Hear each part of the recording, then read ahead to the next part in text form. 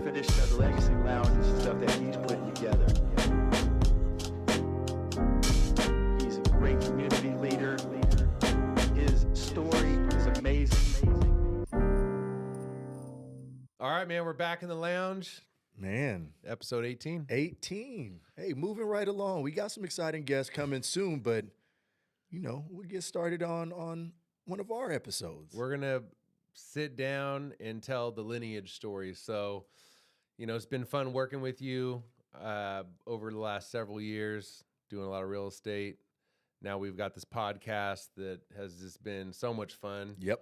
Got to keep on reminding people that we still have our full-time jobs. Big time. Got Nate back there. We want to give a shout out to Nate real quick. We got to get a separate camera, but you give Nate his flowers real quick. Seriously, man. I mean, this has been fun, but we get to sit down, chat with people, do stuff that we love, but the content that comes out, Nate's on another level, man. People continue to DM me, see me on the streets and everything, and like, dude, who does your video? I say, don't worry about it. You don't need to know his name. Hey, big props to you, big dog. Seriously. Nathaniel Bernardos. So yeah, met Nate through his brother Theo, who's like family, who is family, who worked in real estate on my team for a little bit over a year with you at the office. Now Theo is happily married back in the Bay Area, selling real estate out in the Bay. So Theo, if you're listening to this, shout out to you. I know that you're going to kill it out there. But we had the privilege of keeping his younger brother out here in Sac. He's going to Sac State. He coaches volleyball. And he is the man behind putting all these reels together. So love it. We're lucky to have him. So real estate update. You and I have another closing. Man. I feel if we can just have that same update once a week for the rest of the year. That's all it takes. It'd be great. That's all it takes, man. But quick little shout out on this. This was a referral from a past client of mine, Diana Bautista. I've helped her with several transactions. She reached out, said, hey, my boyfriend has been renting. He teaches at 2 universities. So he's a college teacher, has a veteran background, so can use a VA loan. I spoke to him. We were really following up for about a good month and a half.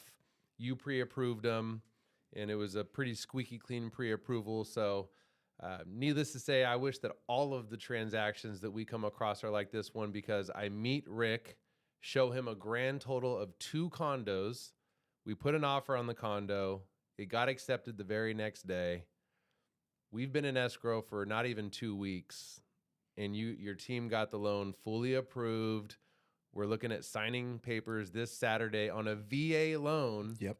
So touch on that. Touch on maybe some of the misconceptions that, and there really shouldn't be misconceptions, but talk to us from the basics of what the benefits of a VA loan is, what your team was able to do, the requirements, and how we're basically able to close this purchase in under 17 days. So I regularly say that VA loans are by far the best product out there for people who can qualify for it, put their time in the service. It's such a great benefit for them. It's super lenient when it comes to FICO score. It's the most lenient when it comes to debt to income ratio. I can get approvals north of 60% debt to income ratio, which isn't possible with other products. What's other products usually? FHA can get up to 54%. Conventional can get up to 50%. So I got approval at 71% for another client with VA. So it's stupid. It didn't used to be like that. And you know, we have county loan limits. It's 773, 776 in our area. Always have to look it up each time, but you can go north of that. I actually have an offer going out for $1.2 million today for a VA borrower as well. You can just go up to whatever number you need, and it didn't always used to be like that. So love the product, but let's get to what you said, the misconceptions. I literally will say that 8 out of 10 real estate agents think if an offer comes in with VA financing, that their seller has to pay for certain closing costs and that the buyer can't pay. And then second part of it, they're super worried about a pest inspection because of things that pop up in what they call Section 1 items. So Section 1 could be paint peeling from eaves and things like that. Dry rot, things like that. And that's annoying. I get it, but that's wrong. The thing is, the guideline specifically says on a VA loan, the buyer cannot pay a certain amount of closing cost if they're being charged a 1% origination fee. We're not charging them. Yeah, if you go to the high cost places that they're charging the veteran, they can't pay these other fees. We do not. So they get the best rate. We don't charge them. That's big, number one. So the seller is not affected by that in any way, shape, or form. Then part two, the pest inspection does happen, but all they want to know is that there's not termites, no infestation. There's a form, NPMA 33 form, that literally says by a pest inspecting company, no infestation. That's it. Super simple. Which is what happened on our transaction here. I paid for the pest inspection for the borrower, $100. Pest inspection happened. There was all that they found was some exterior dry rot that the HOA is actually taking care of. So that's good news. They didn't find any active termites. Sent you that form. We're good to go. Done. So everything else is more lenient. So agents love conventional offers, right? Aren't you excited when you see that? That's what everybody's been programmed. But you know what? More stuff happens on conventional loans that makes it the automated underwriting system say no than FHA or VA. VA is super lenient. So I'm just happy for your client. We got them in. The team moved the file forward super quick. They're signing this Saturday and closing on Monday. I was speaking with the listing agent yesterday, and he was all confused. He was like, wait, so we're closing like a week early on a short closing time frame? It's like, yeah, is that okay? And he's flustered. It's fun doing that. I always say, I don't care when we close a loan as long as you're not waiting on me on the loan side. And that's the case here. Everybody is willing to close early. And we got a really happy client. That's what it's all about, man. Yep. Well, great job. And yeah, man, I'm happy. When I have my listing agent hat on, and like I got a listing coming up that we're going to be listing, and it's going to hit the market next week in Citrus Heights in a gated community. I can't wait. I love being on the listing side.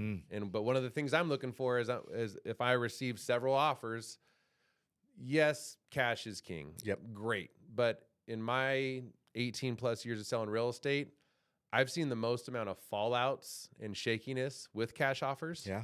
Because they're cash that they can kind of strong arm you. Oh, yeah. For me, what I'm looking for, number one, is I'm looking for who's the lender, right? I'm looking at how well did the agent write the offer, how knowledgeable is the realtor lender combination. Wait, you're saying that you're a smart agent. You actually pay attention to that stuff. I do my best. Oh, my goodness. That's amazing. I do my best. That's why you're different, Chris. Hey, come on.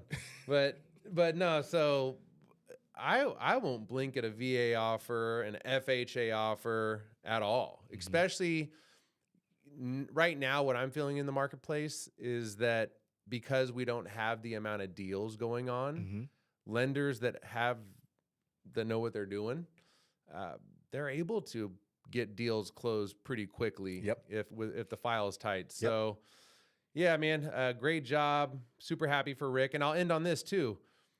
This condo, we're closing escrow at a purchase price of $340,000. You know, his payment's not a $4,000 to $5,000 a month payment, and there's still great properties out there, well under the county average on sales price, which is probably in the mid fives. Correct. So, and remember, when they're closing right now, it's the worst their payment's ever going to be. Yeah. He can qualify for it, and he's okay with the payment right now, but we will ride the wave down and improve that monthly payment as these rates drop, which they will. Love it. So yeah, what we want to do on this podcast today is really just break down the backstory, man, of how you got into real estate, how I got into real estate. This will be good just to have documented, just fun to play back. Obviously, I met you through Cam Villa. Shout out Cam, Golden Bay. I know that you guys are responsible for starting Golden Bay, and you'll share in your story how your guys' paths crossed. But I met Cam. He was pretty diligent of getting some FaceTime together with all three of us. Played in your golf tournament. I don't even think I said one word to you. That was at Yochidehi. I know that Brad Miller was out there golfing. You guys had David Garibaldi. That's Those were the good old days, man. Oh man, it sure was. That was a fun day. but I've never really sat down. I've heard bits and pieces, right? Everyone knows that I know you're from Oakland. You know, if people have listened to this podcast, they know that I get, and I just absolutely love hearing the old stories, the old Oakland stories. But haven't had a chance to sit down and talk to you much about at what point did you decide you wanted to get into doing loans, what that looked like. And I don't think you've heard all of my stories. No, not at all. And that's what's crazy. I jokingly said this podcast is where you continually find things that you've never heard about me. So that part has been cool. But, you know, obviously growing up in Oakland, the reason why I got to Sacramento in general was to come play basketball at Sacramento State. So obviously we touch on a lot of the sports stuff. But one of the guests in here, Ramasio Fulcher, he was here in the podcast with Ray Young. That's where you met, and he immediately made an impact on you, right? When you're chatting with him off screen and everything like that. So he's a couple years older than me. He was at Sac State before, came up to Sac State for basketball. He actually, you know, all of a sudden I wasn't seeing him on campus like I was before. He's really good at speaking. He's really good at sales. He's a go-getter to the fullest. And when I caught up with him, you know, and asked him, actually, no, he came back up to the campus. He was in a brand new Lexus. I'm like, where the hell have you been, man? Like, and he had started working for, I think it was the Loan Store. But he was just an assistant to some veteran loan officers. And he was absolutely crushing it from day one is what it was. So as a young, impressionable, I think I was probably 20 at the time, 19 or 20 at the time, seeing him come with a car that, you know, he was probably 21 or 22 years old at the time, that piqued my interest. I'm like, what's going on over here? You know, that's by the way, that's always the starting point. When you see somebody pull up in a new whip. Yep. All right, you got my attention. You got my attention. So, you know, he said he was doing loans. I picked his brain a little bit about that, but I was interested in real estate in general. A few of my brother's friends that you see are doing doing a lot of successful things. We're in real estate in one way, shape, or form. And so I still considered going into the real estate side of it. Any guess on what made the difference between going to real estate or loans? What would you guess? Me being a 22-year-old getting out of college, what would draw me one way or another? What would you guess? I mean, my first thing would be maybe you're not the guy that wants to be around all the people and you'd rather be behind the scenes a little bit. Maybe that's a good one. And then the other thing would be you don't see too many guys out there wearing do-rags selling real estate. I don't know. Which one was it? You're 100% right. You're 100% right. I finished Sacramento State playing. I actually had cornrows at the time. Oh, boy. I hope we don't find that picture. Oh, we gotta find. Goodness. You had cornrows? Yeah. Yeah, we got to dig that picture up. We already had the picture of the afro that I absolutely love. Oh, man, it's really bad for my business. But you know, the real reason was being from the Bay Area and having so many connections down there, I only knew people on campus up in Sacramento. So to go out and not know anybody and try to sell some homes, that was intimidating. So I thought that if I got into loans, I can do loans for everybody I knew in the Bay Area. I can do stuff for other parts of California. So that was my initial why. I'm a jump fast forward way down the line now with the kids, their sports. I couldn't even imagine, you know, your on time is after business hours and on the weekend. I think I luckily went into this side of it because when you call me on weekends and everything, I still answer. I still talk to clients nonstop, but it's usually by a baseball field or a softball field. And so it fits my lifestyle way better, but I got lucky, man. It's not that I knew anything or had any foresight. I got lucky with that first decision. Nice. So you're playing basketball. Yep. So you can't really necessarily have your thoughts as you're brand new to college. Yep. Playing basketball. I'm guessing that you're not, zeroing in on your next career move. Correct. Like you're busy being a young kid still, right? Maybe not young kid, but Oh yeah. Okay. A college student is a young kid. We think we know stuff at that time, Right. but being an idiot walking around campus and thinking I know anything is backwards. So so shout out to Ramasio for sure. that piqued your interest right there. Yep. And now let's fast forward to what happened next. I know a little story in regards to you and Otis Yeah. Amy doing some back end job stuff at Stewart Title. Yeah. Shout out to, oh my gosh, Jim Boris. Jim Boris. Man, I miss that guy. Jim Boris, man. It's so cool that I got to reconnect with him down the line. Jim Boris is a big booster of Sac State athletics. He's a big football guy, so he really didn't pay much attention to the basketball guys. That wasn't his thing, but he's always there to help. He's one of the owners of Stewart Title. And when my coach reached out, because I was legitimately looking for a job, this wasn't a hookup. This wasn't in it like, hey, take care of one of my players. Like I was ending college. When Ramasio was doing well, I was in line to get a business degree. I was able to put my concentration in real estate just because I wanted to get into real estate. So I graduated with a business degree with a concentration in real estate from Sacramento State. With that being said, Jim Boris was able to get me an interview and be the lowest of the low at Stewart Title. At that time, I mean, we're talking about 2002 right now. 22 years ago, that's when I graduated, and everything was still paper back then. There was very few things. Well, excuse me, they were moving to digital stuff, Right. but they had boxes and boxes and boxes and warehouse down the street.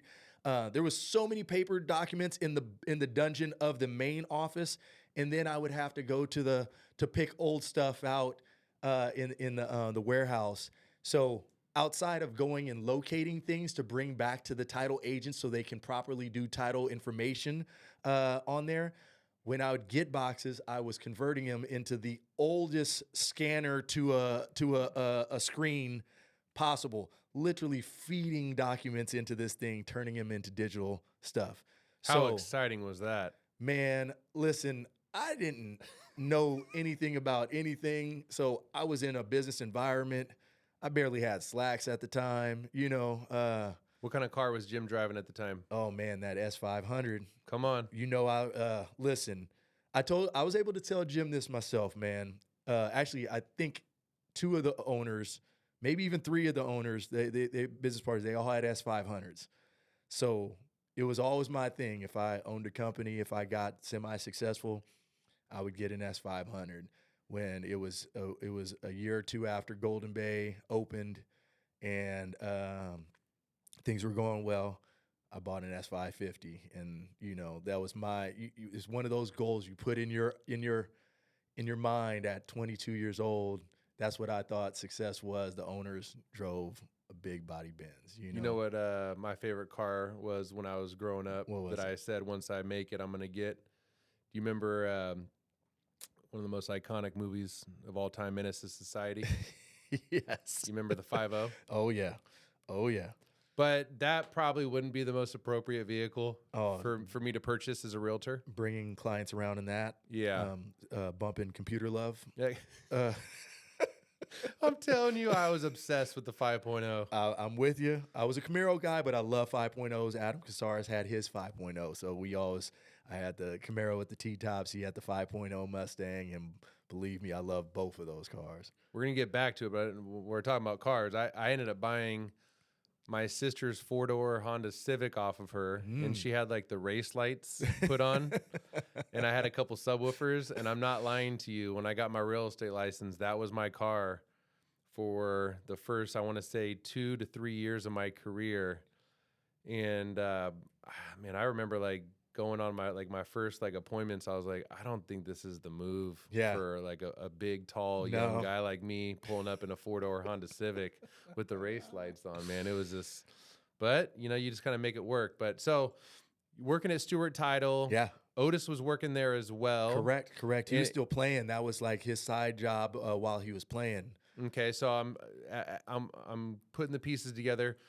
What was the next step after that? Because I want to know like what linked everything to once you fully started doing loans. So it was there that I was studying for my real estate license. Back then, to do loans, all you had to do is have the same license that you hold. So the DRE, I was studying for that test. So I'm in the warehouses, I'm listening to things, I'm doing at home, doing the online training and everything like that. So I can't remember how long I was at Stewart Title, but it was my initial toe in the water into real estate while I was studying for my real estate license.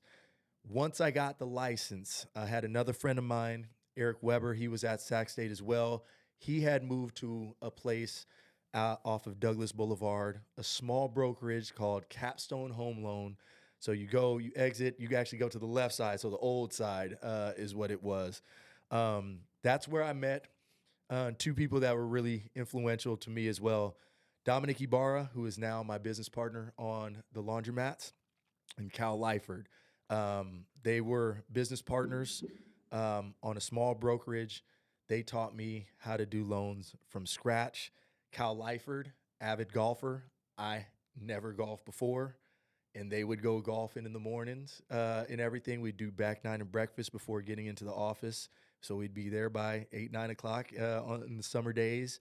So it was my taste of real estate, learning how to do loans, and golfing, two things that are pretty much a staple in my life now, right? So how old were you then? I think I came on board with them at the end, right before I turned 23. So I was still 22 years old. Man, I so couldn't get the ball in the air consistently. I'd probably when I'd play 9 holes off the tee box, get it in the air 2 times. Crazy. Yeah, that's where I started from. So, but that was a fun time, man. My first deal ever was a referral from my mom, who was a nurse at the time in Highland Hospital in Oakland. One of the other nurses that she was with, they took a chance on young me, and I was able to close my first loan that way. Shout out to your mom, bro. I mean, like if she's the real MVP, because if I had a son that was just starting off in loans, man, that might be kind of a nervous feeling, just to be like, hey, my son's doing loans, go and use him. Here's a referral. Exactly. You know what I mean? Maybe might send it to like your business, like somebody at the company. Yeah. But mom sends you a referral. I'm forever grateful for their friends of entrusting me for that. And, I learned a ton, but it was a place where we didn't have leads coming in. A lot of people, just like Ramasio, he was able to bang the phones and just be himself and sell deals. Everything was by referral only. It was developing relationships with real estate agents. Obviously, agents looked at me, and I was so young.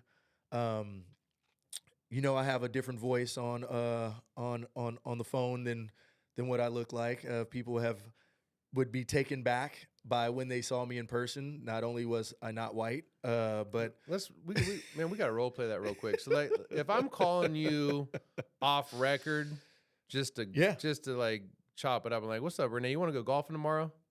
Oh yeah, big dog, let's do this. All right, man. We're gonna have some food and some drinks afterwards. Let's go. Facts. All right, let's do it. I'll see you there.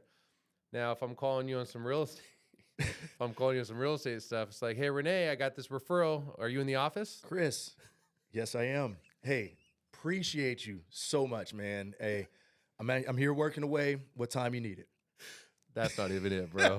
The people that are listening to this podcast know that you're even more chippier than that. Oh, you know it, man. Hey, I have developed into one of the corniest dudes under the sun, and I have no regrets about it, man. I love it.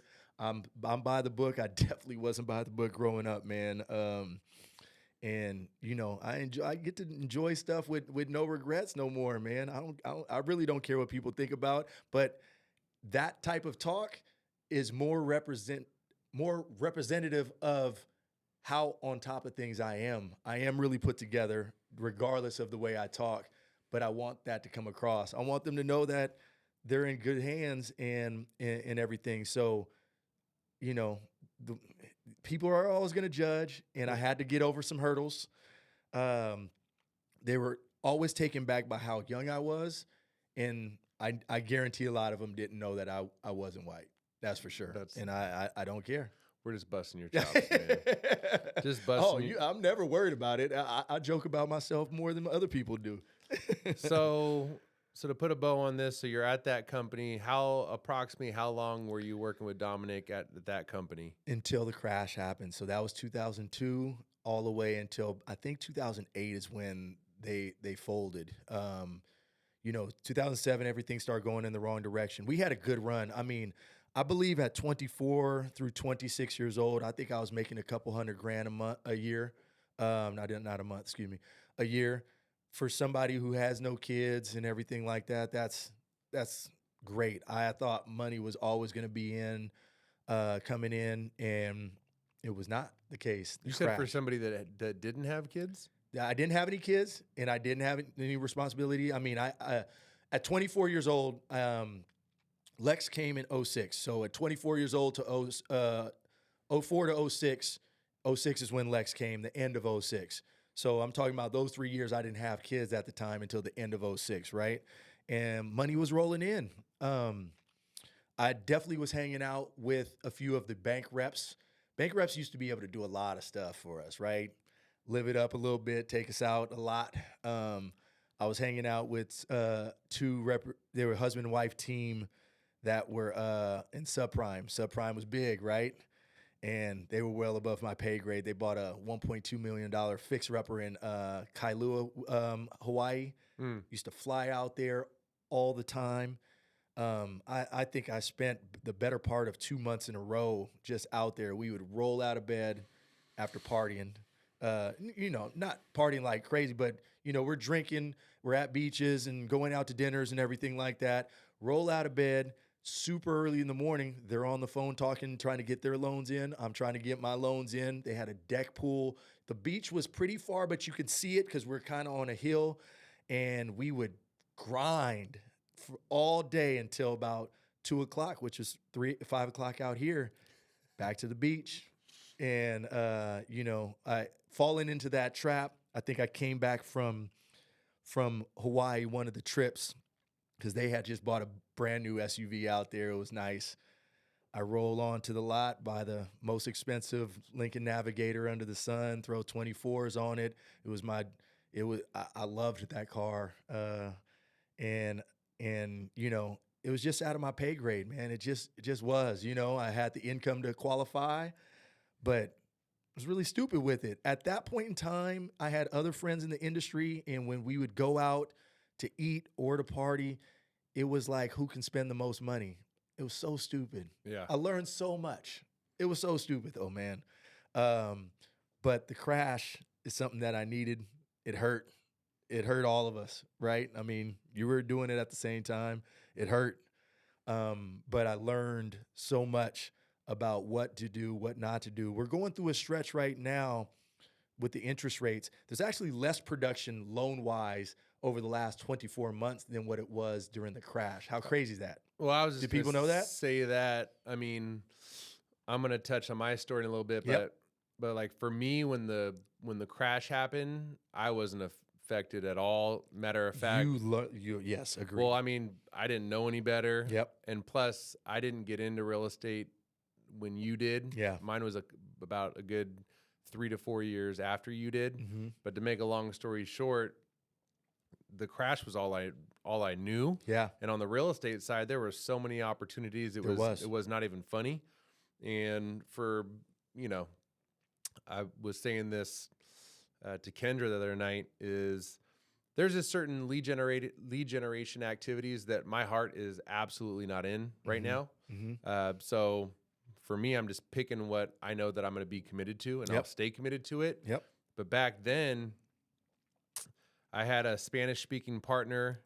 I know Cam Villa knows her, Yuri Ramirez. Shout out Yuri. we decided just to team up so we can have accountability, honestly. And we would print out consistently every single Friday. We would print out 500 flyers promoting short sales. Mm-hmm. We targeted specific neighborhoods in Elk Grove and in the Vintage area. And every Friday, we didn't outsource this.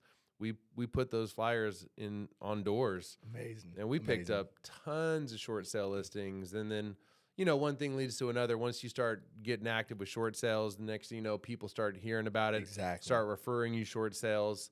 So during that period of from 2008 to like 2010, for almost 2.5 years, our entire life was short sales. And we didn't outsource the negotiating. So we did all the negotiating. So we'd bring in the listing, we would accept an offer, and then we would just go to town with those banks. Man, It was many hours of work, but we had a profitable business. I'm always impressed by that story, man, because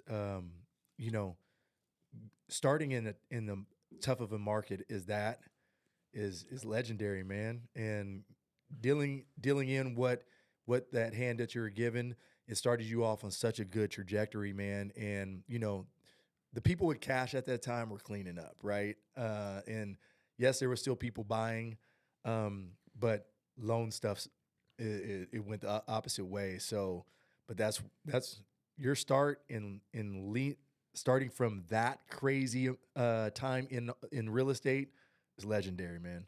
It was fun. Yeah, I mean, I know a lot of people on the loan side and the real estate side that over leveraged, you know what I mean? Mm-hmm. And bought all the toys, and once the crash happened, a lot of Boats people, gone, Yep. cars gone. I was driving again. I still was in the Navigator. I didn't have enough money to drive out to Douglas Boulevard to go to the office. That's where I got to. That's wild. Yeah.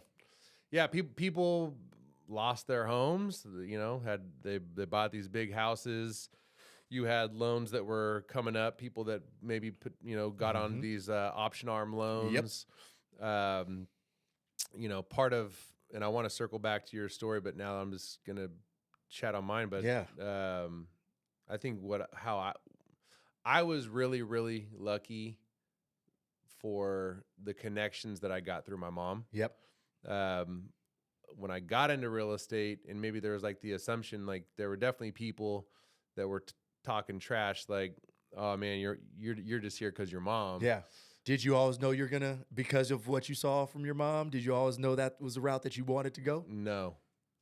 What do you think? Hey, bring me, because I haven't heard it either, man. I had no clue what I wanted to do with my life.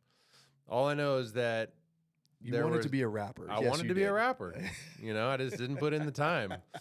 I definitely, my mom and I had a pretty big falling out when I was in high school, which ultimately led to her kicking me out of the house and having to go live with my dad Mhm. in South Sac. He was taking over my grandmother's house. She was passing away from cancer. Mm. And she lived at the time in a really, really, really rough neighborhood in South Sac, about a block from G Parkway. Mm. My grades were so bad, I had to go to a continuation high school, Rio Castadero, which ended up turning out to be the best thing that could ever happen to me in my life. Mm. I met some really good friends out there. But why I say it was the best thing is because I had to grow up quick, because my dad was like, "I'm barely working, so you have to get a job." Yeah. So I'm now 16 years old, going to continuation high school. Anyone that knows anything about continuation high school knows that the pro is that you're only going for 3 hours a day. Mm-hmm. So you're out of school by 12 o'clock. Man. So I play basketball practice, or games, that's done by 3. Yep. So now I got a job. So now I'm working at Papa Murphy's. Ended up working at Papa Murphy's, Round Table, Mountain Mike's. I covered all the pizza spots in South Sacramento. What was your job description there, man? Man, hustling. Trying not to get fired.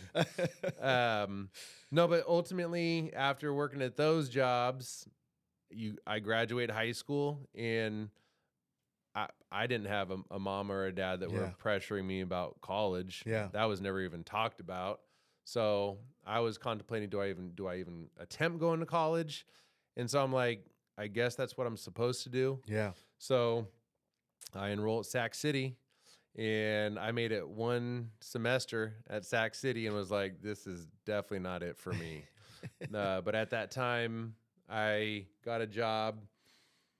My buddy and I, Kyle, we both applied for Paisanos and Jack's Urban Eats. He got hired at Jack's. I got hired at Paisanos. So I'm working at Paisanos full time. This was after my short stint at Sac City. Yeah. So now I'm just 19 years old, working at Paisanos full time. That led to me meeting my buddy Jeremy, who's now been my best friend for over 20 years, who still manages and runs all of the Jack's Urban Eats, has some ownership in the company. Actually went to a Kings Bucks game. Shout out to Jeremy. We got to sit in some really good seats on Tuesday night.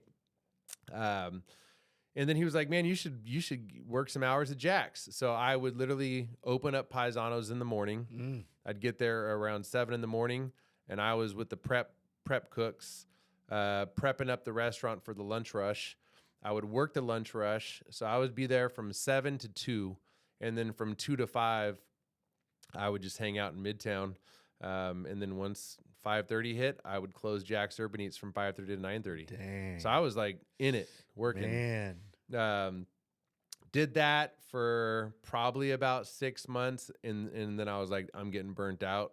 Yeah. So I That's left. a schedule. It was a schedule, but anyone that knows the stories behind Paisanos and Jack's Urban Eats, two pretty iconic restaurants here on the grid, knows that, you know, they would say if you work at Paisanos, that's like college. If you work at Jack's, that's like high school, right? Well, I enjoyed working at Jack's just because it was a lot of fun. Yeah. And we all hung out with each other after work. I got a fake ID. I was young. I wasn't even 21 yet, but a lot of the guys working there were in their mid-20s. So we would work, we would close, and then we would go out and have some fun. Are fake IDs a thing anymore? I don't know, man. I have no clue, actually. Man, like that's an honest thing, because I had a fake ID as well, man. It didn't swipe. Hey, for the purpose of this story, though, I had no clue that this was going here. But for anyone listening to this podcast that knows some of these people, I got to share this story. So I get my fake ID, and it wasn't really a fake ID. It was one of the guys I was working with at Jack's Urban Eats. Gotcha. That's the way to do it. Okay, You could look like somebody else. So yeah, he was white and he had brown hair. So Yeah. it was like, I'll take an extra one of your IDs. His name was Eric. Yeah. So Eric gives me his ID, and it was working for a while. And the place that we would all used to go to, it's now shut down. It's probably a good thing it shut down, was the Press Club. So that was the hangout. It was all the guys went to the Press Club. That's great. And this one night, I show up at the Press Club. Jeremy was there. The homies were there. Everyone was inside. And this is on the one occasion that I'm getting some heat from the security guard. This isn't you. I'm like, yeah, it is. Well, Jeremy comes out, and Jeremy was going to play the role of like, yo, what's up, Eric? Yeah, come on. But he didn't use the name Eric. He used the name Brandon. Oh, no. And the security guard looked at me. He's like, yeah, I'm keeping this. Oh, no. So that was kind of like the end of me hanging out under the age of 21. But to fast forward the story, I ended up getting an apartment in Midtown, 20 years old, and similar to you, and I think this is important, sharing this story, just of what catches our interest, and like how does what one thing leads to another. But when I was at Jack's, the guys that would constantly come in were these two dudes that were wearing suits, Rolexes. Now at that time, being a 20-year-old, we were used to like rebelling against that type of stuff. Dudes with suits wearing Rolexes, they're probably some punks. I'm glad that I didn't have that mindset. My mindset was like, I wanted to know what they were doing to get those things. I talk to these guys all the time, to the point where they would come in, I would call them by their first name. I would already know what they'd want. And so they were like kind of intrigued by me. Yeah. And come to find out, these guys were pretty big commercial developers from the Bay Area. And they were just doing loans on the side. which man, everyone back then was doing loans on the side. It's like, why not? Why not have a mortgage company? That can just be like our thing that we're doing on the side. Yeah. Right. So they had a shop that was right across the street from Jack's Urban Eats. And one of them, his name was Dan, was like, hey, come and have a meeting with us. Yeah. Once they found out that my mom was a very successful realtor, they were like, this makes all the sense in the world. Heck yeah. We're just going to get this kid to come work with us, doing these loans. Once his mom meets us, she'll send us all of her loans. And that's kind of what happened. I ended up, this dude, I just on faith, man. I don't even know if I would take a risk like that right now at the age of 40. So I'm happy, even like looking back at 20-year-old Chris, to not know a single thing about loans, and I'm living in this Midtown apartment. I just gave my 2 weeks to Jeremy. Wow. I'm like, I guess I'm gonna start doing loans. But this dude Dan, the first thing he did was he took me to Nordstrom's Rack, and he bought me a suit. Wow. I had a soul patch back then, so I've seen the old picture. this was like the worst thing, wearing an oversized suit with a soul patch. Man, I don't know anyone that would want to do business with me. Man. But worked in that office, and I think I wasn't even there a full year, learned that they were running a really shady operation. I didn't have any coaching, any mentorship. I had nothing. It got to the point where they were doing these things called FHA Streamline refinances. Yep. And they were sending out 5,000-10,000 mailers a month. Yep. The phones would ring. And I remember the only deal that I closed was an FHA Streamline. I had to drive to Stockton. And I just remember showing up to do this signing, not knowing a single thing about anything. I closed that one deal, and I was like, I got to get out of here. Oh, wow. The numbers are intimidating. It's hard to bust into it and actually know what you're doing. Yeah. And I think a lot of this too points back to the absolute importance of anyone getting involved, not just with real estate, but with any career endeavor, having the right mentorship. Yep. And having the right coaching and Big training. time. It just helps. Yeah. Like shout out to Udiel, who works with you guys. I mean, I've got to see the growth in him. Daniel, who I was doing yoga with this morning.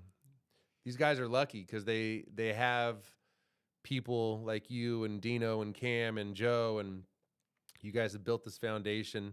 It also helps to look back to know that at one point in your journey, you were Daniel, you were Udiel. No question. Right? So what did I do? I called moms. And this was hard for me because I had this vision that I was going to get into doing these loans, and I was going to make it and be this huge success and not have to ask my mom for anything. Yeah. So called mom, probably borrowed a little bit of money from her so that I could help pay my rent. And I said, look, I've already made this commitment. I'm not going back. So at a bare minimum, is there anyone in the business that you can refer me to? At that same time, I had you had mentioned in your story, the different bank reps. Yeah. Well, I had met a bank rep, and when I was working for that guy, Dan, and he had set up an interview for me. And this was a lesson that I learned from a very young age. And I'm going to share the story. You're going to laugh at it. But I had an interview with a big mortgage company that he had set me up with. And I just didn't show up on time. Oh, man. And Don't it do wasn't that. like by a long shot, but I walked in like 2 minutes late.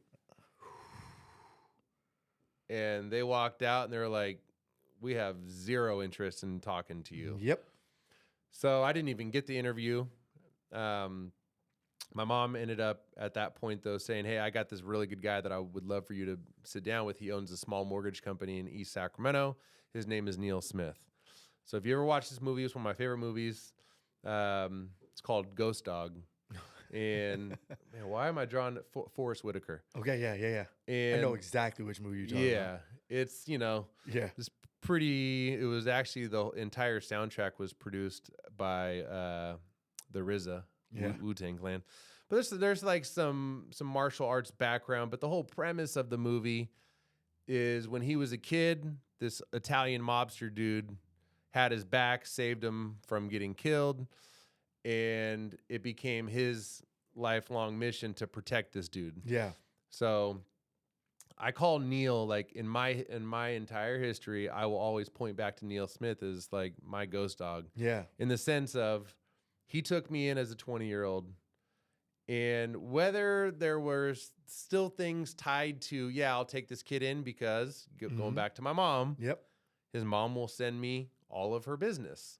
Whether that's true or not, I don't care. Yeah. The fact that he took me in, and when I joined his company, it was absolutely everything that I needed. It was what I look back at and say, this was my true college that I went to.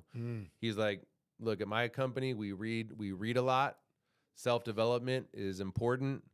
He spent thousands of dollars for me to go to Rapport Leadership International. He was involved with the core training. That's how I met Dino. Yep. So I'm listening to core CDs. Like literally my life for the next 2.5 years was everywhere I went, I was listening to the core CDs.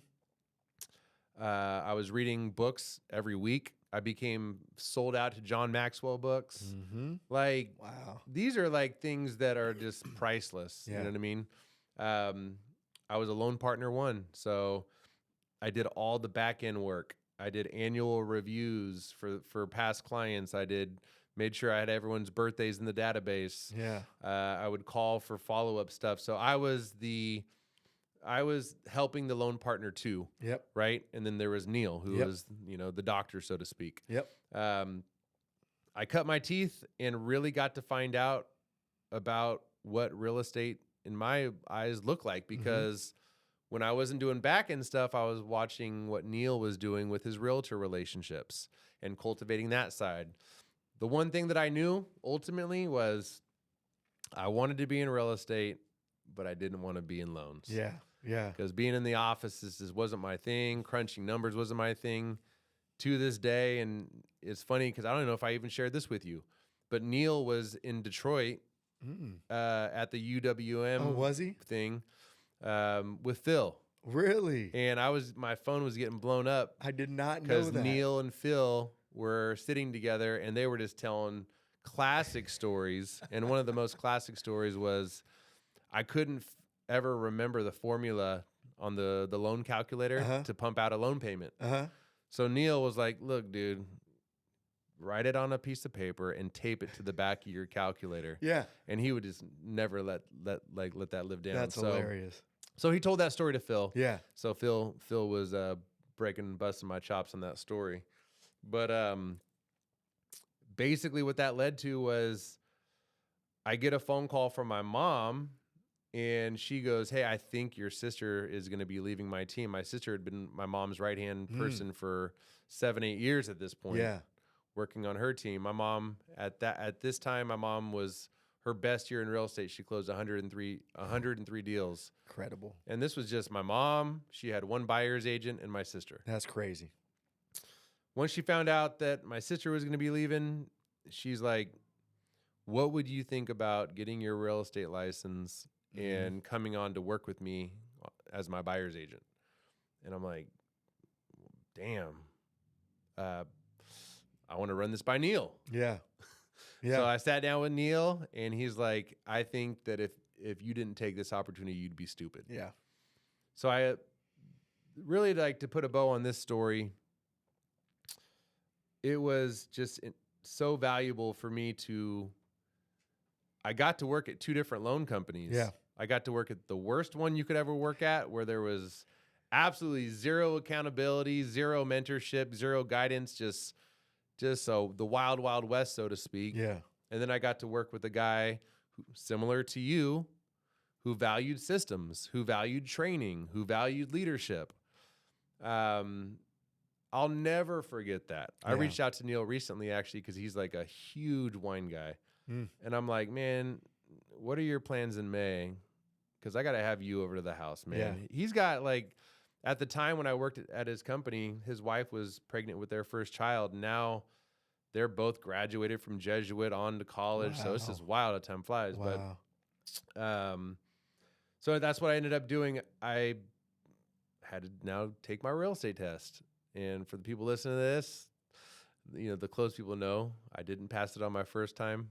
I didn't pass it on my second time. I didn't pass it on my third time. It took me 4 times to pass that test. All just because I wasn't studying, probably wasn't taking it serious enough.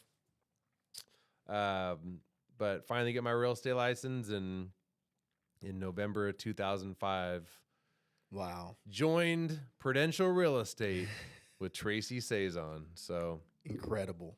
let's take a quick little break, and then we'll get back to it. All right, man. So I want to go back real quick to you. I know that you kind of given the time story, the lineage of working at the company with Dominic. Yep. Market crashes. Take us from there, because I want to know at what point did you ultimately end up meeting Cam, and then at what point did that lead to you guys going from independent loan officers to essentially starting a company? So I'll give a quick timeline. Actually, my college summer job was working on houses. So to make ends meet, I did have a kid at the time. I was working on houses and said, because wasn't no loans closing.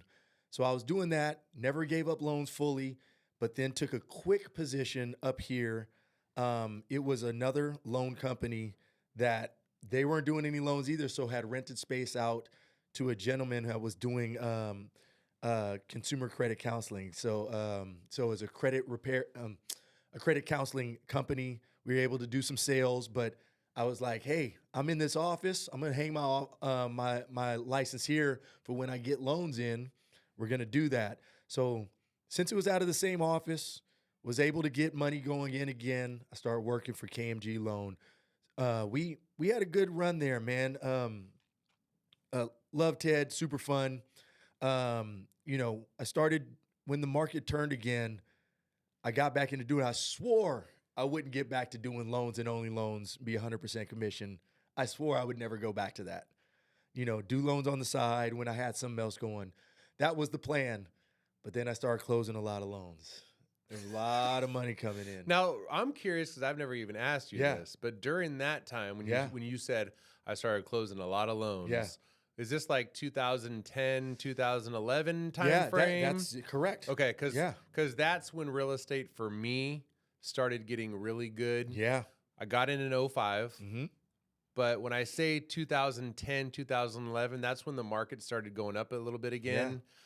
Yeah. And when my phone rang of like, hey, come and list my property, and then I ran a CMA. This was like the first time in my 5 years of selling real estate where I'd run a CMA and get to tell them that they're going to be making money on their sale. So during that time, my question to you is, did you start developing any realtor relationships at that point? Yeah. I actually was, so a good friend of mine, her mom was is a real estate broker down in the Bay Area in Richmond.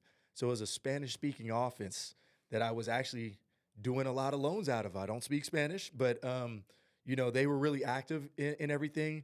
It's a group that when the market crashed, did a whole bunch of loan modifications for free, doing the negotiations. So they just had clientele that was just absolutely loyal to them. And I started doing a lot of loans out of there. So it was difficult loans. But on the broker side, when you work for a direct lender, the owner gets all the damn money. Loan officer gets this small amount. When you work for a broker, the broker itself gets a little bit of a cut, but the majority of it goes over to the loan officer. And so it's good money, even if you close 30, 40 loans in a year. I had got up to 60 loans at KMG in a year, which doesn't sound like much to people, but that's good money. It just really is. And so, yeah, I was working with a whole office of real estate agents, also developing more relationships up here, because with success comes more stories of success that I'm able to share with my real estate agents up here that I was working on. I was taking off, man, is really what it was. And that's, KMG was awesome, but every loan officer did work their own way. I was so set on my name in finishing loans the right way because my name was on it, that I had all these suggestions of how to make the process better. Very few were implemented. The ones that were took forever, and it was frustrating. It was frustrating on my end of things. I was frustrated with the processing part of things. So I actually was going to leave. They knew I was frustrated with the processing, and then they started looking for a processor that could handle my amount of volume and the way that I worked. In walks Cam Villa, and he changed my life. He grinded, man. We would get in the office 7 o'clock in the morning. Nobody else would show up. Between 6 and 7 in the morning. Nobody else would show up until 10. We'd be 3-4 hours into it by the time other people showed up at our office. Now, was this back in the days when Cam, the glasses he was wearing were the really small ones? Oh, yeah. Okay. He's graduated to way bigger glasses now. There's literally no in between. Like he didn't go into an in between. He went from the smallest you can get to the biggest. So Cam, if you're watching this, man, shout out to the glass game. Man, his glass game has always been on point, but there was no graduating. Okay. Like small steps. You know, he went straight for it. And was Cam at that time only doing processing, or was he okay? Yeah, so he was only doing processing, not just for you. He did it for other people there, but he was mostly for me. So we sat in. I got a great story about everything. You know, he was brought on. We start rocking. You know, we there early. We're closing loans, and he works like I work. You know, although I'm aggressive, you know, he's a bulldog. You know, so he was able to push stuff through and made me look really, really good. So I was able to get more loans in, and he crushed it. And so we're sitting there one morning, and we do something. I think a loan close or something like that was closing that day. And he leans back because we're like back to back in the office. We're on 8th Street at the KMG office, back to back. And he leans back. He was like, "Man, you're a fucking cupcake." I'm like, "What the fuck? Where did that come from?" He's like, "Man, you're the freaking easiest dude to ever work with. Do you know when they hired me that the first thing they said is, we're hiring you for this guy Rene. Man, he is difficult to work for, and you know what? He never says thank you for things, please and thank you and everything." I was like, "What the fuck? Where'd that come from?" He's like, "Dude, I've worked for hella loan officers. You're literally the easiest one to work with, and you're a fucking cupcake." I was like, I'm not sure if that's a compliment or anything, but thank you. You know, hey, hilarious. I said, "Wait, don't say please and thank you." I was like, "Man, you were messing up my loans. What? I hold people to a standard, and if you mess up, what am I saying thank you for?" Yeah. And he was handling his business. I was showering him with thank yous because he was handling his business. And the rest is history, man. We were a company within inside a company, and we wanted to make stuff better for our clients. The reason why Golden Bay is open is because we had a passion for making this process better for people. And if we were going to fix it, why not fix it for our own company? I had a broker's license since 2005. I had a corporation put together because I thought KMG was going to cut checks into my corporation, but it was a gray area, so it never happened. So that was already in place, and I put in my notice that I was going to leave. And Cam was shortly behind. Started out of a Regis office downtown, just me, him, in a big old closet. It was definitely, I think it was about half the size of the Legacy Lounge here. Where when we were back to back, if I'd lean back, I'd hit his chair. There was a little table up front. So I had one assistant, Vanessa, who's been with us from the beginning. She's amazing. She's still with us as a loan officer. You know, the rest is history. We didn't know what the hell we were doing as a business. We were closing loans, but actually running a business, had no clue. But we closed enough to keep our head afloat. Clients were happy, and we had a business coach, and then our second business coach, Dino Rossetti, he taught us how to really look at our P&L and kind of run the business like a business. And little by little, we are a work in process. You know, the July of this year will be 10 years of the corporation being open. Golden Bay has been doing loans for 9 of them. So we got our DBA. And little by little, we've made the process better and better and better, and then made it easier and easier and easier for loan officers to come into our system, plug in, develop their business, and develop long-term business, not just turn and burn. It's been a passion of ours to do it. Now, I will say this. I'd have made a lot more money over these past 10 years if I was still just a loan officer, but it's super fulfilling to help other people realize their goals. Our loan officers are thriving even through bad markets. And this next run that we have when rates drop is going to be a great one because we're up to 38 people in the company now. It was me, Cam, one assistant 9 years ago, and we're now up to 38 people in the company, which is an amazing story, man. I'm proud of it. It's awesome. That's awesome. Mm-hmm. Yeah, and just like to circle back to at the beginning of this, like talking about how Cam was reaching out. I met Cam through Heather Dom, who's now selling real estate in San Diego. Miss her like crazy down in San Diego, man. And Heather was like, she's like, man, you got to meet Cam. Like, I have a feeling you and Cam will hit it off. Yeah. Just two goofy dudes, you know what I mean? He's like, y'all, you crazy, y'all love each other. Cam is the man. You know, and I will say, and like in hearing your story, because I didn't even know to that.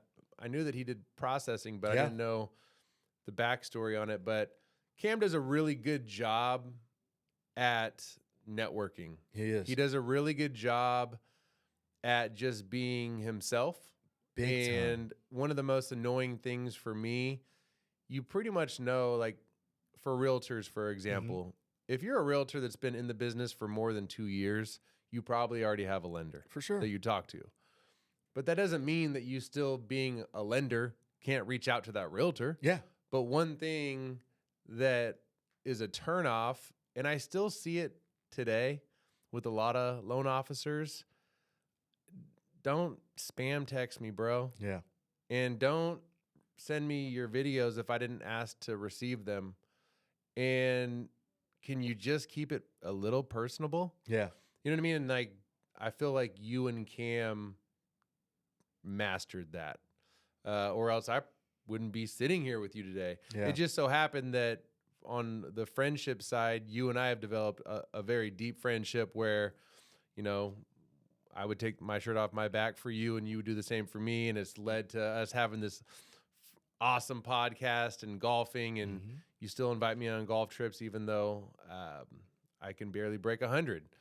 But outside of that, you know, looking back, Cam was really good at, you know, hey, let's just get together and break bread. I want you to meet. He facilitated. I want you to meet Rene. Yeah, is kind of what it was. Where was our first date, Chris? Our first date was at Ella. Ella. We were in the back, and we were all eating salmon. Me, you, and Cam, man. And it's so funny too because, again, it's more just kudos. It was never about real estate. Yeah. You know what I mean? Like, hey, come play in this golf tournament. Yep. I like golf. Played in a golf tournament. And it just happened to be that, like, Cam's my type, you know, you guys are like my type of people. Yeah. You know what I mean? Like, we all love sports. We like hanging out, having a good time, golfing, shooting the shit. But I'll just say that was really what cemented this relationship. And I say all that because I feel like the market that we're in right now, and even talking about it and hearing the stories of how we all started, we all should be taking note of that right now. We all should be going back to the basics because I look at what I plugged into when I first got into real estate, and when I met, who's still a good friend of mine, when I met Sean Krause, he was a younger loan officer that reached out to me, was very diligent about setting up a coffee appointment, and I went on a coffee appointment with him. We had a lot in common. We were reading the same books. Yeah. He liked to travel. I like to travel. So naturally, we're like, man, I kind of like you, man. Yeah. Like, again, like, note to self, like, talk about developing the relationship before you even talk about real estate. For sure. You know what I mean? So For sure. Dino really helped me with that because I would work with any real estate agent under the sun. He literally sat me down. I had to rate every person that I worked with from a 1 to 5 on how much I liked to work with them. And he made me cut everybody that was 3 or below. So when the phone rings, do you want to answer that call? Because, Yeah. you know, and I literally, anybody that I work with right now, I like to work with. And that's what I've been able to build a great business from. And it's all about the relationship. It really, really is. Yep. So amazing.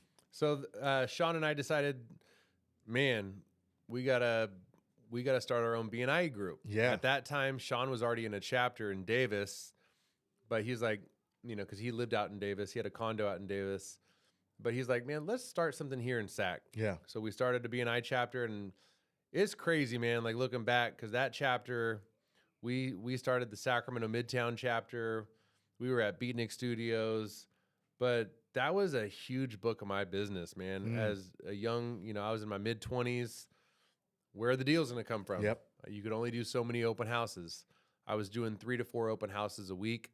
I was the guy that was doing open houses on Wednesdays, Fridays, Saturdays, and Sundays. Paying my dues. When I wasn't doing open houses, I was doing stuff. You know, I only worked with my mom as her buyer's agent for 2 years. So it was from 2006 to 2008. So right when the market crashed is when I left. But the B&I stuff was huge. I mean, shout out Marshall and Peggy, the listing that I have coming up this week. Marshall was in our B&I chapter. Yeah. You ultimately joined our B&I chapter, you know, many years later. But that chapter, I was in it for, I want to say 12 years. Big time. And I got to give you props, man. Like, you're a connector, man, to the highest form. Developing relationships and bringing people up to refer from different industries and everything. That B&I group was badass. You started it. You kept it going for years and years and years. It was a big step in the right direction for me. I didn't even know what B&I was. Yeah. When you brought it up. You excel connecting people, man. Big time. Hey, it's something I have fun doing. For sure. It's fun being a connector. There's people like the Roy Yangs of the world who just, that's what they want to do. When I get together, one of my favorite things about getting together with Roy is that when you're with him, he's just so passionate about connecting you to other people. So, correct. But ultimately, with my story, like I said, I left working with my mom from 2008 to 2010. Did a ton of short sales. I think I closed just shy of 120 short sales in that 2.5 year period. Crushing it, man. And then have had my own teams off and on. The teams have changed. Worked at Keller Williams for about 14 years. Once I left Keller Williams, went to Guide Real Estate. There's somebody up top. Oh, we're hearing noise right now. So from somebody above the studio, but yeah, worked at Guide Real Estate, which is a very thriving brokerage right now, but just kind of had, after being at the bigger brokerages for a while, just had this aha moment and it also helped make this decision when the market turned. I had agents that were on my team that went off to do their own thing, which was great.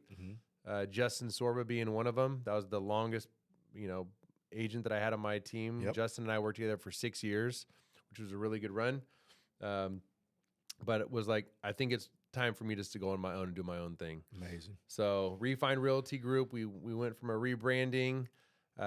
Natasha helped out with that, so I definitely want to give her a round of applause for helping come up with the name. The branding, everything just really fit. So now working independently, and it feels great, man. I want to say, like, going back to the basics is really, I feel like when the market was just red hot and deals were coming in left and right, I took things for granted a little bit. Yeah. Right. And at that point, let's say you, like, for a realtor, one of my biggest months ever is closing 12 to 13 deals in 1 month. At that point, you're just doing your best to keep all of the deals together and get them closed on time. Yep. But there is some beauty in a market shift like this in that it recenters you to realize how lucky you are that a client chooses you as their realtor or lender, right? You get to look at your relationships that you have with people that are sending you referrals and truly take the time to appreciate them for sending you these referrals. Yep. And then you get to cultivate the business. Yeah. Right now, I'm not working 40 to 50 hours a week. So when I'm not with buyers or sellers, my thought process is, how can I be a value add to my database? How can I stay top of mind to my database? How can I, drop off gifts to some of my top 20, 30 people? So that's just where the mindset's at now. Staying relevant. The podcast has been absolutely fun because For sure. it's getting to get together with business owners from all different walks of life, getting to chop it up with them. I mean, how's it been going for you, man? I mean, same thing. The podcast is fun, and it's opening doors that we never had before. So I love that part of it. The outlook, this has been a prolonged, rough stretch in the loan side of things. I would have made a lot of money if I was just a loan officer because my production has been decent over the last couple of years. But as a business owner, it all falls on my shoulders. But it's huge responsibility that comes with it. We kept everybody that we could on our team. I'm really proud of that. We sacrificed for them. So this next good run that we're gonna have coming up, we deserve it, So it really helped me develop outside of the office as well, focusing on the things that you can control, really analyzing everything, what's working, what's not. So it's been big. But to me, real estate has allowed me to learn about communication so well, about my own mind, about being a leader as well. So I'm forever grateful for being in this because I've developed super much as a person because of it. So I'm thankful for that. I was hoping, hadn't really talked about this before we got into it. Do you care if I shoot some quick questions out at you and everything, just pertaining to real estate? Let's do it. And not our normal stupid ones, they're not stupid, but our normal ones that we hit people with. But what do you tell yourself as a brand new, as a young real estate agent, when you're on your mom's team? What do you tell yourself? What advice? Damn. I mean, like, what would I tell what do I wish I would have told my younger self back then? Yep. I'm knowing what you know now and what you've been through. You got to help your young self. What do you go tell them? Back to the Future. You show up. What you gonna tell yourself? Okay, this is what I would say. Whatever time you think you need to show up, make it 30 minutes earlier. Man, that'd probably be my biggest thing. Big time. I think not only for jobs, but how many clients, extra clients that you might. That's a big one. That's man. a big one. Yeah, like here's the best way to say it. What if you're observing people in your field, and I wish I would have told myself this, whatever they're doing, do it a little bit differently. Yeah. And that starts with, what time are you getting to the office? Success isn't necessarily made if you're in the office. I want to make that abundantly clear.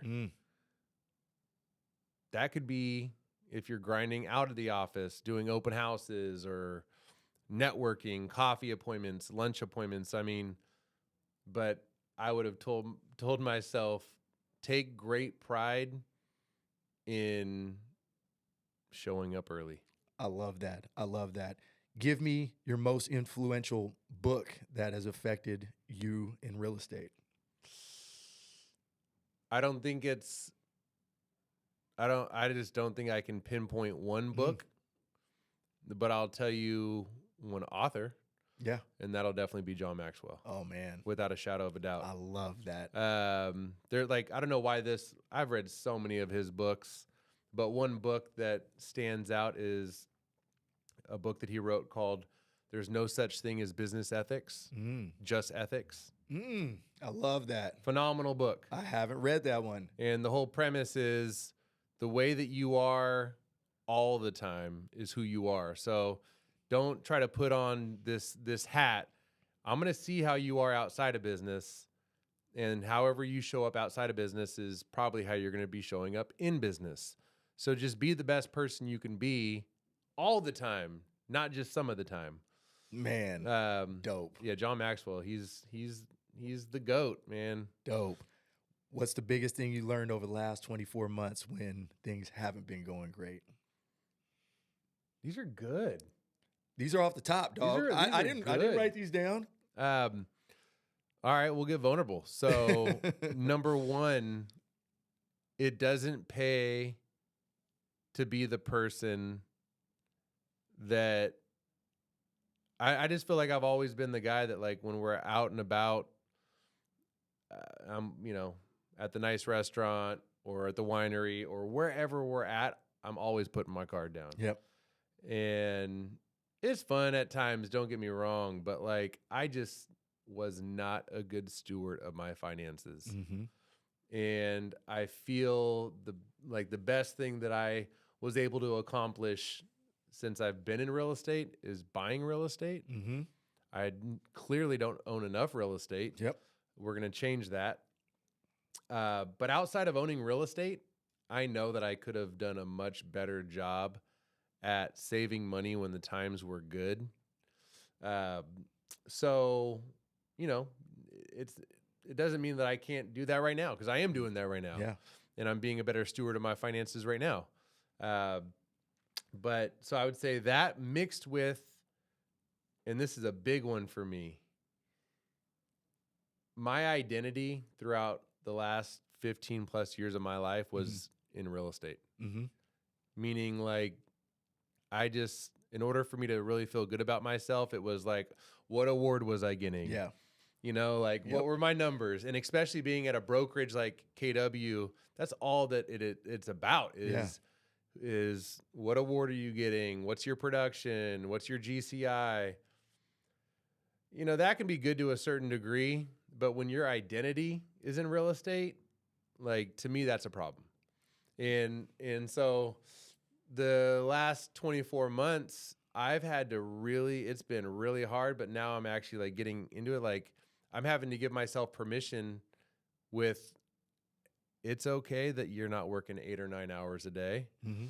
And there's other things in your life that are extremely important that should demand your attention, right? Family stuff, self-development, physical activity, God, in no specific order, but like anyone could make what is important to them. Yeah. I personally think when we're older, like when we're like in our 80s or 90s, God willing, we live in our 80s and 90s. It's not necessarily going to be the real estate transactions that we're going to be thinking about. Correct. It's going to be important moments in life, even this podcast. Like, man, we have covered some incredible stories on this podcast, getting to hear people's stories. Yep. And it's been impactful. And so that's a long-winded answer of what I've learned the last 24 months. I think you got like the gist of it, but it's basically telling myself that it's okay right now, man. Like, enjoy this, because guess what's going to happen inevitably is things are going to start getting really busy again. And when they get really busy again, guess what could be a potential scenario? Yeah. We're going to look back at these times when we did have maybe a little bit more downtime. Yep. Like, guess what I might do tomorrow randomly? I'm at 11 o'clock. I might go on a 3-hour hike. Mm-hmm. I would have never Yeah. considered doing that when the market was just booming. Like, you kidding me? Like, Yep. going out and like going on a hike at 11 a.m. Like, it's not happening. Yeah. So anyways, That's a great answer. I've seen you develop personally big time over the last 24 months. And then the first part of that answer, when it pertains to finances, yeah, you're a bad influence, buddy. On me specifically. As we fell into it, it was fun. But same thing here. Last one I'll hit you with. What's your obsession right now, man? What are you obsessed with? Dang, that is a good Man, one. I'm going. I don't know where he's coming from, man. I'm gonna just finish. I gave you 4. What are you obsessed with? I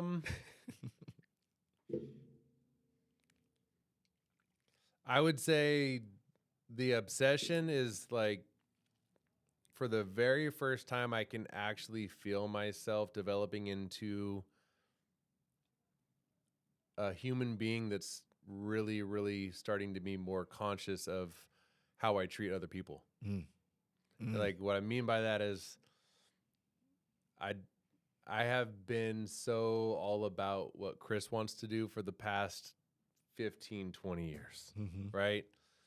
But now I'm like, all right, I really want to. It's like this book that I read that I share with so many people that I'm so happy that this book landed in my hands and I read this book and it changed my life. And the book's called Halftime by Bob Buford. Phenomenal book. And basically the premise of the book is like we have 2 parts of our life. We have our first half and a second half, right? The first half is a lot of what we talked about on this podcast is like, how did your story start? You were in college, and then Romasio shows up with the Lexus. Next thing you know, you're working here. Then you're buying the big fancy car, and you're partying in Hawaii. And, you know, like, my story is very similar to that, just in different ways. Yep. Right? Like, we meet some people. We experience some success. Next thing you know, like, for your story, now you have some kids. Now your life changes, right? But for the bulk of our lives, our first half of our life is about success, right? Second half, it really starts shifting towards significance. I like it. And so that's what I'm talking about right now is my obsessions now on how can I start becoming a person where my life is based more on significance than success. Hence me sharing, like, I don't want my identity to be completely tied up into real estate and what the numbers and what the production looks like. Of course, I want to always be a highly producing realtor, but I want my life right now to be more based on significance. And part of what I'm focusing on, which I know is your world too, is every single day I'm looking at what can I do to do more to get myself more uncomfortable. So that's, that's the cold plunging, that's the yoga, that's the 75 hards, that's the CrossFit, that's the long endurance sports, it's the, it can be for me, like reading is hard, right? Like it's just never been a big thing. So like getting my reading done, like getting my morning meditation done, the God stuff, like tying all those things has become my new obsession. Man, great answers. I'm not going to ask you the same questions, but I do want to ask you the obsession one. What is your obsession, man? Right now? I think the main obsession, because there are a lot of things tie into it, I'm consumed with showing the kids the right way. Gosh, my kids. I mean that's a general statement, but I want to give you an example.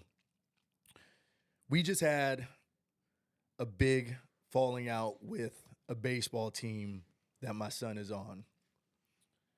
The main reason of the fallout is because the head coach continues to lie around my kid, right?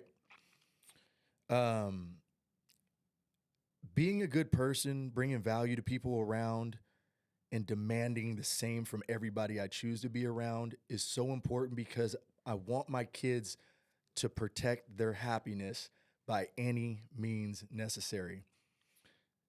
People who, like, the most dangerous person around you is the person that never takes responsibility for what they do. It's always somebody else's problem. If you can go back into your life and the people that always kind of leaned on you that way, man, do you remember how much chaos they brought into your life and everything? I'm obsessed with protecting my own happiness so I can be present for them and finding a way. It's the hardest thing that I've ever been up against is trying, an unmatured mind, finding a way to open their eyes to the fact that they need to protect their happiness by any means necessary. So if you see me and I'm distracted and I'm concentrating on other things, it's because we're dealing with some teenager stuff, some younger kid stuff that is a challenge that a lot of people have been through, but I know the importance of how it could be a fork in the life of a young individual, what things lead to when you become older. You have to just get past the big mistake, right? And gosh, it is not an easy thing to do, is to find that way that makes sense in my kids' brain for them to open their eyes about how important it is to protect their happiness and to be in the right mindset, because life is beautiful. Everybody always continues to say how hard life is, right? And it is when you make the wrong choices, and you're not always going to make the right choices. But if you continue to stay around solid ass people, life is beautiful. So I'm obsessed with that shit right now. So here's what I'll do. I'll take what you just told me and tell me if you agree with this. If you don't agree with this, just tell me you don't agree with it. Yeah. What I heard you just tell me is you're obsessed with making sure that your kids understand what the standard is. Yes. Anthony Manuel. That's a reference back to the Anthony Manuel podcast. Come on. The standard in his household. You know why I was taken back during that one is because that resonated with me. And I've thought we've done a good job raising our kids up until this point, but still the standard isn't there yet. Well, but also something that I mentioned before we even talked about this is for a 10-year-old. Is Trey 10 yet? He's 9. Okay, He's 9. And we're going to talk specifically about that. Yeah. But for a 9-year-old and a 17-year-old, they could be potentially, because this is what 9 and 17-year-olds I knew because I was one, you were one. They might not be looking at it like dad's just teaching me right now what the standard is. Yep. You know what it could be for a 9-year-old? I'm pissed off, I'm crying, and my dad sucks. For right this very second. Or for the 17-year-old, it can be like, screw my dad or my mom or, yeah. But I will absolutely positively say that as they grow older, the significance, because there's just not a lot of parents that I know that are all in and present in like you are, you know what I mean? And there's certain things that I do as an adult that I'm now looking back on and I'm like, oh shit. Yeah. Like this was just a standard. Yeah. You know what I mean? Yeah. And that's, you know, you learn so much from raising the older too, but I'm seeing things in them now that I'm like, that's why I should have nipped that in the bud back then. So this is my third shot at it. I had some of the hardest times over the last 72 hours surrounding Trey in this, you know, this situation with his team and everything like that. But he really knew the conversation yesterday. I hope we will always be able to go back to, you know, the fact that it is unacceptable to even be around people that will lie to you. He might not realize it now, but I'll remind him for the rest of his life. And he seems like he understands it the best that a 9-year-old can. And he'll never not know that his dad is all about him and not just blindly fighting on your behalf, like teaching you the right way. I hope the kids develop into valuing nice people. Not everybody. Man, all the people that the kids follow, and I did the same, is the flashy one, the one that will do the craziest thing, the asshole. You know, like that's the popular kid. I got to find a way to have them value solid people. Yeah. I think, and something we'll end on too is like, man, I feel like even listening to that, it's serving me right now nobody's made as many mistakes as me, man. I've made so many We all mistakes, have. bro. I don't need to it be is- perfect. That is but not one one thing why this resonates with me. The thing that I just absolutely will not let slide is ownership and accountability. Man, Those are just like two big things I've lost. There's like friends that I've had to write off, people, business relationships, you name it. Like, you're going to mess up. You're going to hit them. We're human. That's the whole part of it, is that we are imperfect people, for sure. right? But like having the accountability, the ownership part is huge, man. So I'm a different dude too. Like, and this is what I've grown into. Usually when somebody is not being accountable to something they do to you, that's where the blow up happens.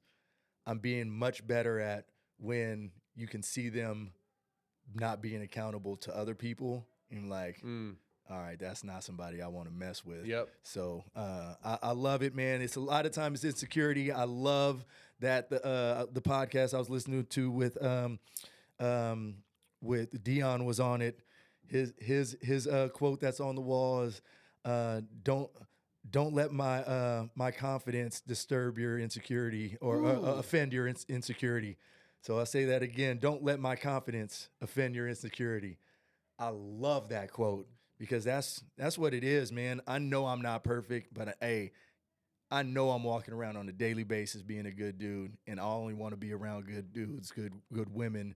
From this point forward, I'm not having anything other than that. So it's all good. We can end that podcast on that. I'm down with it. Man, you refined the process. You refined the process. I love it. We're actually going to end it on this. So I want to give a quick shout out to, speaking of clients, one of my dear past clients. She's the best.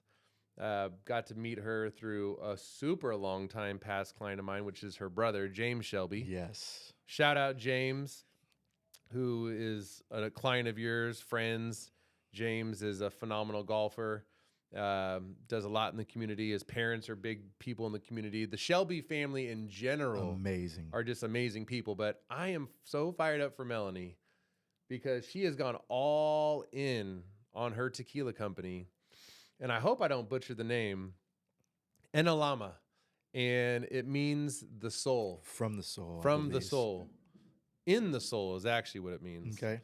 The soul brings culture. It connects our indigenous and African American heritage, entwined through courage, legacy, and earth. So Melanie, who's a very strong Black woman and from Sacramento, she is going all the way up. They have this now in some amazing bottle shops, spirit shops, stores. I got to taste this at her house. Wow. And when I tasted this is additive free, literally some of the best Blanco you will ever taste in your life. So yesterday I had to go and buy a bottle of it. Shout out to Rocco Wine, one of the biggest bottle shops in all of Northern California. It happens to be located in West Sacramento. I walked into his store, man. Not only did I pick up some of this, but I also got some more Arte Nom. Oh, yeah. Shout out to our boy Jake. I got two more of those this morning. Let's go. So, Melanie, we cannot wait to have you on the podcast. Your tequila is absolutely amazing. The bottle is beautiful. So, shout out to Melanie Shelby. And I know that there's going to be some big stories on the horizon with this tequila and what she's doing. Also want to give a shout out to the maker of this because he's incredible, well known. His name is Oscar Vasquez, and he's the master distiller. So that's who's in business with Melanie. So we're gonna get Melanie on the podcast, and we got to sip some of this tequila with her. Definitely gonna do it. I'm excited about that. Let's go. All right, buddy. We out. We out.